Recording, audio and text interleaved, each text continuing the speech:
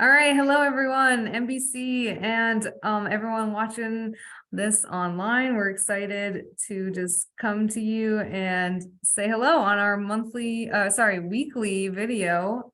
Rachel here. I got Bob here. Dave's not with us today. He's Dave is kicking up his feet in front of the fireplace this week. A taking a break well-deserved this break. week. Yeah. Yeah. We've had a couple busy weekends lately. And then especially this weekend was a lot of fun. So Yeah. Winter Village, right? Busy but fun. Yes. Yes, very much so. Yeah. First of all, the weather was like perfect, in my opinion. There was a lot of rain yesterday, and some snow where I was yesterday, and I think here too, the kids came to church yesterday all excited that they saw snow. But Saturday was beautiful. It was like sunny. It was a little chilly. You gotta have it be a little chilly on like a Christmas event, right? So yeah, I Yes. thought Yes. it was great. Yeah, for the Winter Village, right? Yeah. So yeah, my family, we had some cooties running through the house this week, so I didn't get to enjoy the outside as much as I would have liked to, but the weekend did turn out to be nice. I agree.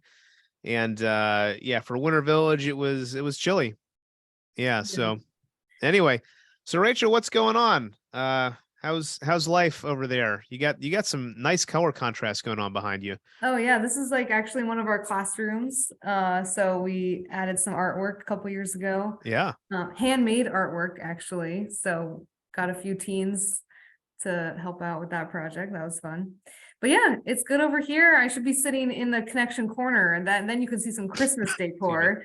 That's where we have decorated a little bit to get in the holiday spirit. But yeah, we've had some fun on Sunday mornings lately, lots of kids and some new faces lately. So it's been a lot of fun over here in this building. Yeah, very, very cool. All right, so what do you want to talk about this morning or this afternoon, whenever it is? Yeah. By the way, if you're out there on Facebook, we're glad you're watching. Let us know that you're there. Say hello. Let us know what you thought about the weather. And tell us if you were at the Winter Village. Tell us what you thought. Perfect. But let's talk about Winter Village, Rachel. What did you think?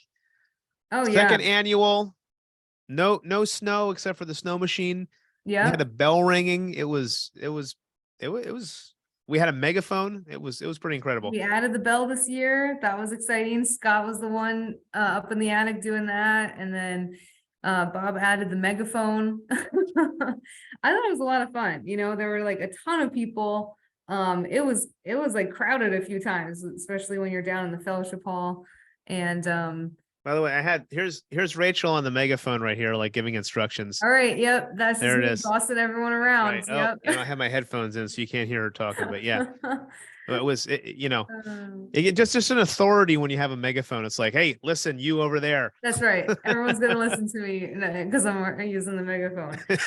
And hey, all you out there who served, thank you so much. It was amazing. And so many of you wore the hats that I got, like the elf, like Christmas hats. I loved it. I did the double hat. I did the new NBC beanie, and I put the elf hat on top of there just to make sure my head was nice and warm. Yes, there you go. Perfect. Yeah, they are really warm too. So I thought it was like both ways. It was like cute and it kept us all warm.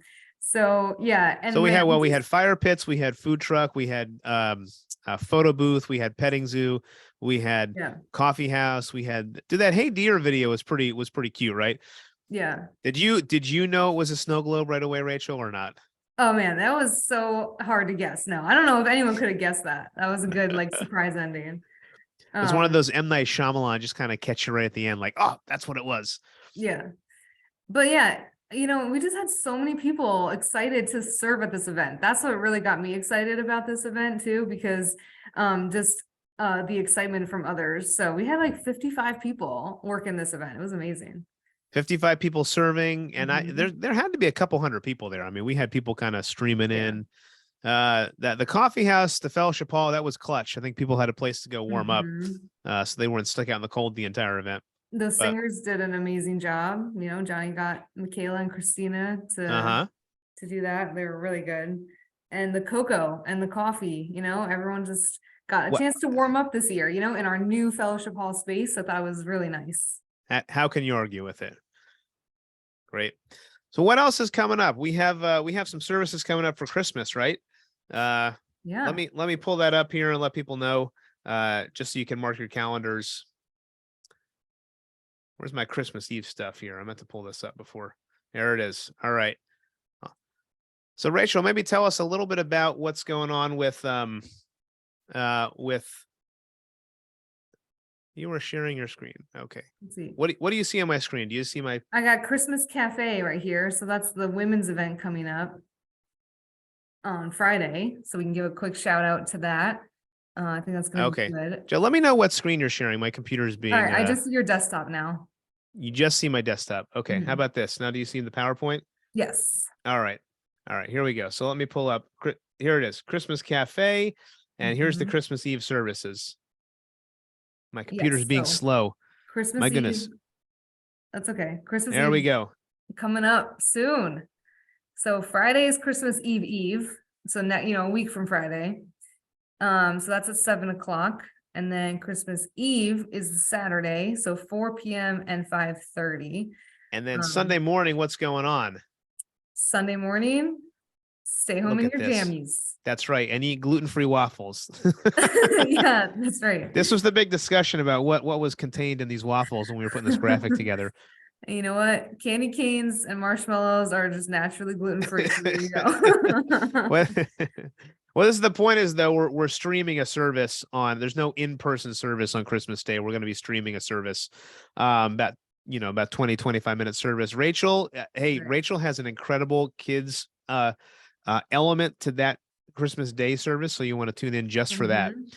I had a lot of fun making that video with Yep. Tim. And Yep. then Bob, you're speaking for that one, right?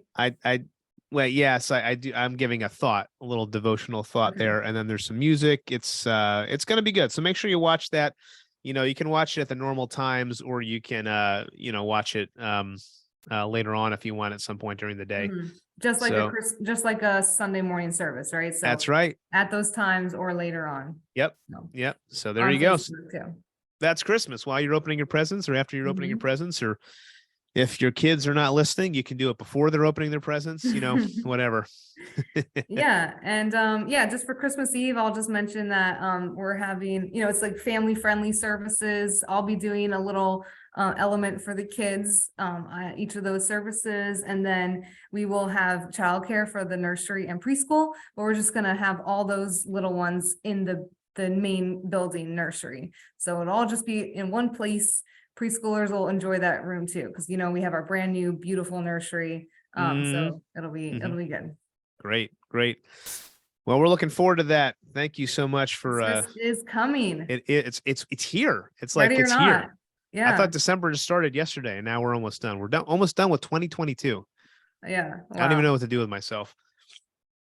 Yeah. So, well, yeah, let's talk about Sunday mornings. What you and Dave have been preaching through a series Let's do on it. Christmas, a little bit different this year. You're not just like taking Luke 2 and preaching through that. It's a little different, but I like it. I've really enjoyed it. So it's is Christmas unbelievable? And Is it unbelievable? I think There's it's only so many cool. different things you can do with Luke too. You got to Yeah. figure out new ways to do it. I've been doing Yeah. this for a long time. Yes, I can only imagine. So, It's um, unbelievable. yeah, I actually really liked how, for this sermon, you really like talked to both audiences. It was not just for the skeptics, but it was also for the saints. I like that. So tell us, some insights into your sermon this week, and what do you want to share? Yeah, this is Dave. I told him last week he did the question. So we're looking at these 4 questions. Let me just let me pull it up here in case you're not joining us. You see the PowerPoint, right? Yeah. That's what you're seeing here. So Mhm. Rebecca McLaughlin, we're looking at her book, and the 4 questions that frame her book that we're looking at was Dave talked about, was Jesus a real person? And then this week we talked about, can you take the gospel seriously? This coming week we're going to be talking about the virgin birth, which really is a message on miracles and the supernatural. Mhm. And then Christmas Eve is just going to be why does it ultimately matter? Mhm. Dave's preaching on Christmas Eve, but I think it's the natural second question. So Dave really, he talked about, the historical evidence for Jesus being around and this and that. and then the impact Christians had on society and the otters, which was a lot of fun. And then this week, dealing with the Gospels, I felt like I had to get into this thing called textual criticism, which is not like the most exciting thing. I remember one of my seminary professors saying, there's like 5 people that have gone into this field in the course of history, even though they teach you this in seminary and you need to know it, it's a very technical thing, looking at, Greek manuscripts and variants and things of that nature to look at why things are true. But it's ultimately behind that, what we were saying is that if you want to know if the gospel accounts are true and you can take them seriously, you need to know why you believe that. Yes, we should have faith, but there's actually good evidence to believe what we do believe about the Bible itself. And yet, I think many times, if you're a skeptical person, more often than not, I hear people say, I like Jesus. I like what Jesus stood for. He was great. Even we talked about the quote from that one atheist that they wanted to start a club called Atheists for Jesus. Yeah, that was really interesting. But their issue is with the Bible, the larger Bible itself, and some of the elements of the Old Testament. And then, the gospel accounts weren't these just stories that were changed over time. And that was kind of what we talked about throughout this message. That was kind of the main thrust, giving some confidence to know that the story in Luke 2 is real because of all this evidence that's out there. So that was the main thing. Yeah. I don't know. Oh, go ahead. Sorry. I was just going to say, it was actually bringing me back to my days at Moody Bible Institute. And, I had a class called Intro to Bible. So they covered kind of like, very like the basics of this topic. And fun fact, my professor was Professor Christopher Yuan. So yes. I think you've heard of him. So it was good. Well, I have. Other folks may not have. He's a pretty well-known speaker. We're actually looking at having him come for an underground in about a year and a half. I'm kind of finalizing that contract. So Rachel's getting very excited. Do you think he'll remember you if he comes? No. Okay. All right. Maybe you can jog his memory when he gets here. Yeah. Well, anyway, don't worry. I'll just tell everyone that we're not bringing him in to talk about textual criticism. No, he's talking about a different topic. Yeah. Probably a more interesting topic, I think. Yeah. But no. So I thought I think like it was really interesting, and even though maybe a little bit felt like a college class, I still hope that people found it interesting and like informative. Yeah. But you also added a few like pretty interesting topics, especially that one debatable topic, the real versus fake trees. I mean, let's talk about that for a second here. Exactly. So what kind of tree do you have in your house? Okay, well, I have to say, I have always grown up real tree. We have a real tree in our living room, and then our kids have fake trees in their rooms. So that's your compromise. That's I'm kind of dipping into both camps here, but I am pretty like passionate about getting the real tree. And actually, James is so he's actually a little more picky than I am. So he actually waited this year for the balsams to come in to the store that we go to. So he had to get the right one. Anyone out there a balsam tree fan? You guys are into it. I don't even know what that is. The best smelling one, and it's not so messy. So anyway, so you're clearly a fake tree guy. Well, so when we were growing up, we always got a real tree. But at the end, when you're cleaning it up, there's just pine needles everywhere. You gotta, it's dying. You gotta throw it away. But when I grew up, we had a huge woods in the back. So I tell you, we would always like throw the real tree back there. And actually, for a number of years, we lived next door to where my grandparents were, my dad's mom and dad, and they actually had planted some old Christmas trees in their yard from years ago, which they may still be there. I don't know, from the people that bought the house after them. That's cool. The other thing I remember though about the real tree was that we had a dog, and the dog always wanted to like drink. He always said to make sure the dog wasn't there, because stop drinking that. You're going to die if you do that. Yeah, I have to say, Percy, our dog, did drink from it once. I'm like, oh, that's kind of weird. No, wait, I guess depending on what you got in there anyway. But yeah, it's a debate. It's a debate. No, we do the fake tree now just because probably more for convenience. Although Amanda, this year when I put the tree up, I put the wrong fake tree up. she reminded me we had bought another one last year. Oh, That's yeah. yeah, it's cute. It's really fun. Yeah. Well, and some people So are allergic, so it's hard for them because that is they true. don't have a choice. That is true. Very much. Well, the reason I used that illustration was to say that the question that people are debating about with the Gospels is the stories that are told real or are they fake?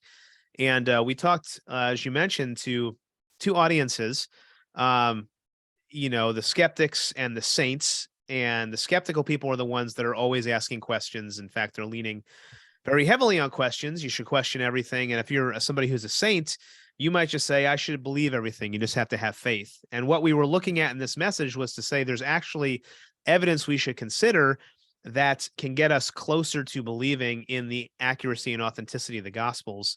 And the image that I gave was this image of the jump, right? What is it going to take you to get over that invisible line, to Mhm. jump into your father's arms and believe. I did Mhm. that, and then I talked about the image of my daughter jumping into my arms, Yes, that was sweet. which Yeah. is very fun. She loves doing that. So we looked at three things. We looked at the account, the investigation, and then the certainty. And I thought that actually fit really well with the beginning of Luke's gospel, the first 4 verses. He's really kind of laying Mhm. out what he's doing in the midst of the gospel account, Mhm. which I know if you don't believe the Bible's true, you said you can't, you might say you can't really use that as evidence. But hey, Luke, as we mentioned, was a scientist in his day, and he was investigating a lot of the extra biblical stuff. And this is why he's writing down the gospel account. Mhm. So yeah, I pulled out some Dr. Blomberg. Man, he was my seminary professor. He's written some Mhm. books on this. Cool. He is definitely a seminary professor, I got to tell you, but he's a really smart guy. Um, and then we let's talk a little bit. So Rachel, you said you took the intro to Bible class. Did you do a lot of stuff with the scribes and the variants and the manuscripts and all that we talked about? Like I said, yeah, we definitely learned about it. Or like I remember learning about, like how did the books become, part of the canon and things like that. Right. So Yeah, the yeah, criteria. Yeah. yeah. So it just brought me back. It's not like it's been a few years now since I was at Moody. So quite a few years. Yeah, so it's always this is just amazing to me to think about these scribes that were copying stuff and Hmm. having confidence in their copying ability. I remember the first time I thought about, right here you can see um the like an example of what a New Testament manuscript would have looked like back then was just these are all capital Greek letters, just one after the other, no punctuation because they're trying Yeah. to save space and capture the most important information Wow. about what Yeah. they're trying to communicate. And then the work that these people have done on the textual variants and whatnot, it's pretty I think incredible. I think it was just a good reminder for us that yes, like nowadays information is like instant, and back then like it wasn't. Like it's just really Yes. good to remember that it was completely different back then, and and the scribes and how educated they were, and oh yeah, I really liked the concept or and like the fact that they did it as a group too. So it's not just like Yeah, the the social phone. memory. Yeah, one. Yeah, Yeah. yeah. Well, not just like the phone game that you play with kids. It's and their culture was more community oriented too, right? So it kind of Yes. made Yes. more sense anyway. Yeah, I mean, and when you get a letter from Paul in the New Testament, like let's say Paul's letter to the Corinthians, and just imagine, like, and because we just preached on this earlier this year. Mm-hmm. Imagine you're in the Corinthian church and you get a letter from this guy, like he's like the guy. Um, Mm-hmm. and it wasn't like you got your own individual letter, you went in your house and you just read it. No, Mm-hmm. they got all the people in the church and they read out Mm-hmm. loud this letter from Paul. Mm-hmm. Very oral, because again, like most people in this day and age couldn't read, so it really didn't matter if you wrote it down. They would have just Mm-hmm. been listening to what was said. It was only this, the really educated people that did that, people like Luke. Um, Mm-hmm. but let's talk about phones for just a second. Do you resonate with the phone story I told you about losing my phone? Do you remember Oh that one? yeah, yeah. I Oh my still goodness. remember I was in Colorado Springs visiting a mentor, and I was starting to leave, and then I realized I left my phone there. I did Oh not. my gosh. Yeah. I only knew my one friend's number, and it just so happened that he somehow we connected. But if I Mm-hmm. lost my phone now, I wouldn't know anybody's number. Yeah, I think yeah, when you said that, I had to think like, okay, well, I think I know three numbers, like my husband, my mom, Maybe my sister, if I I really don't. I start. don't know. I don't even know my mom's number. Oh, wow. Yeah, I'm so bad. But I grew up. So I grew up in the '80s, and I know you're like, kind of the tail end of that. But maybe even when you're growing up in the Mhm. '90s, I Yeah. memorized people's numbers. Like Oh, yeah. I knew I people's did phone too. numbers, and now it's just you don't have to, right? We've made it too Right. easy. I actually probably still know some of my friends, like their house numbers. I don't know their From cell phone back in the numbers. day. I know their house number. Did you guys have the old cord phone growing up? Oh, Are yeah. you that? Okay. Yep. I remember you wanted privacy. You had to I had to like lock myself in the bathroom if I was talking to somebody with like the cord leading over there. So you always wonder Yeah, where yeah. are they sitting? Anyway, so yeah, so the point was that these scribes would have been so good, they would have memorized everybody's number, their name, their Mm-hmm. address. That's how good they were. And then we talked a little bit about the telephone game, like you were alluding to, Mm-hmm. and why that's a bad analogy, because if you're playing it, your goal is to be really secretive and passing it along, but that's not how the scriptures were passed on. Mm-hmm. They were passed on amongst group. And there is, like, if you actually Google social memory, there's a lot of books, resources out there talking about this kind of field of study of how groups develop memories together, Mm-hmm. and there's a way of testing and Mm-hmm. going back and forth on it. So that was actually, for me, as I was studying, it was an interesting reminder Mm-hmm. about what was going on. Um, Yeah. Now, hey, do you mind if we jump over to this? Speaking of the jump, if we jump over to this one, the Atheist for Jesus comment. Do you know Yeah. this guy, this Daniel No, I Dennett hadn't guy? heard of him So before. there's four major ones. The one that I'm most familiar with is Sam Harris.